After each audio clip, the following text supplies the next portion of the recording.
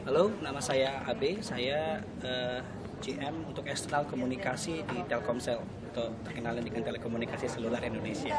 Banyak sebenarnya. Jadi kalau saya sebutkan satu-satu akan terlalu panjang wawancara ini. Tapi saya akan fokus di brand karena kita bicara tentang Indonesian Best Brand ya malam ini. Jadi keunikan yang dimiliki oleh Telkomsel adalah kami ini operator dengan 4 brand.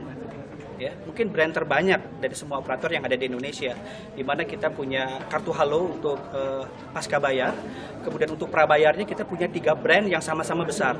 Jadi kita tidak fokus di salah satu brand karena semuanya besar bagi kami.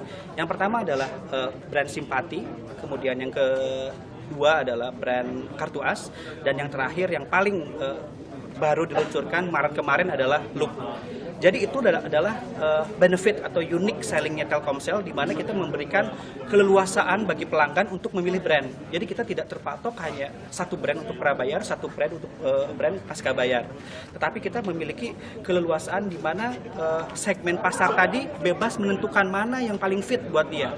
Contoh, misalkan untuk yang youth atau anak muda yang mature, kita punya Simpati dengan segala keunikan-keunikan. Dan untuk anak-anak muda, kita punya yang namanya Blend Loop, di mana Loop ini datang dengan keseruan-keseruan, dengan paket data yang sangat kompetitif. Dan untuk Kartu A sendiri ini untuk massive market, di mana siapapun bisa menikmati dengan tentunya kualitas serta coverage yang paling luas di Indonesia, tentunya dari jaringan kualitas jaringan Telkomsel.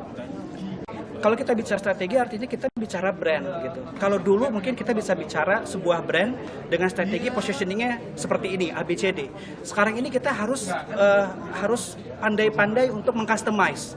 Dimana kadang-kadang kita punya brand, kemudian kita membuat positioning, tetapi market menentukan lain.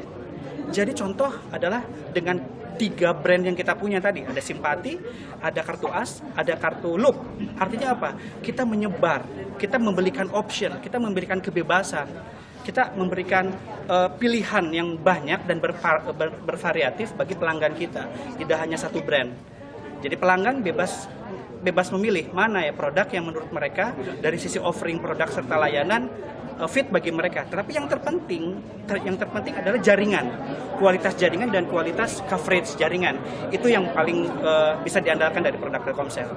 Oke, itu klasik sebenarnya ya kalau kita bicara BTL dan ETL ya. Sekarang ini kita punya yang namanya digital marketing. Itu ada sebuah divisi unit khusus di kami, di mana kita mencoba untuk mencari channel-channel baru. Di mana contoh kasus anak-anak muda. Sebenarnya anak-anak muda itu ada di mana gitu? Apa yang mereka sukai? Di mana mereka nongkrongnya di mana? Sampai medianya di mana? Jadi kita harus dapat media-media alternatif untuk bisa komunikasi dengan segmen anak-anak muda. Jadi intinya apa? Ya kita kejar bola sekarang. Kita udah nggak bisa lagi men-setting strategi dengan positioning dari A kemudian harus ke B, tidak. Tetapi demand pasar itu sangat menentukan strategi komunikasi atau trik komunikasi yang kita gunakan. Oke, berarti kita bicara profiling ya. Yang tadi saya bilang, Telkomsel tuh kami pikir kita paling siap. Kenapa? Karena kita banyak pilihan produknya. Salah satu isu dari big data itu adalah profiling yang saya tahu ya.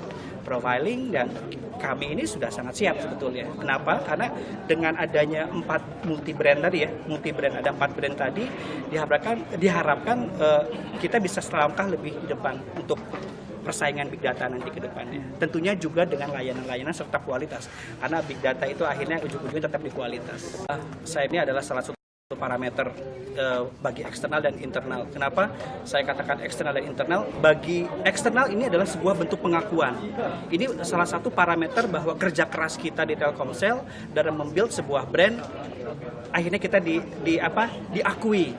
Dan bagi internal kami sendiri ini akan menjadi sebuah pemacu gitu. Karena for your info, sekarang 51% karyawan di Telkomsel itu usianya di bawah 30 tahun. Oke, ini fenomena menarik. Jadi mungkin 4-5 tahun ke depan keberadaan saya itu sudah nggak relevan. Tapi dengan adanya prestasi yang malam ini kita terima, mudah-mudahan itu bisa menginspirasi adik-adik atau karyawan internal Telkomsel sendiri untuk tetap mempertahankan atau bahkan lebih maju di masa yang akan datang. Jadi ini harus dipertahankan.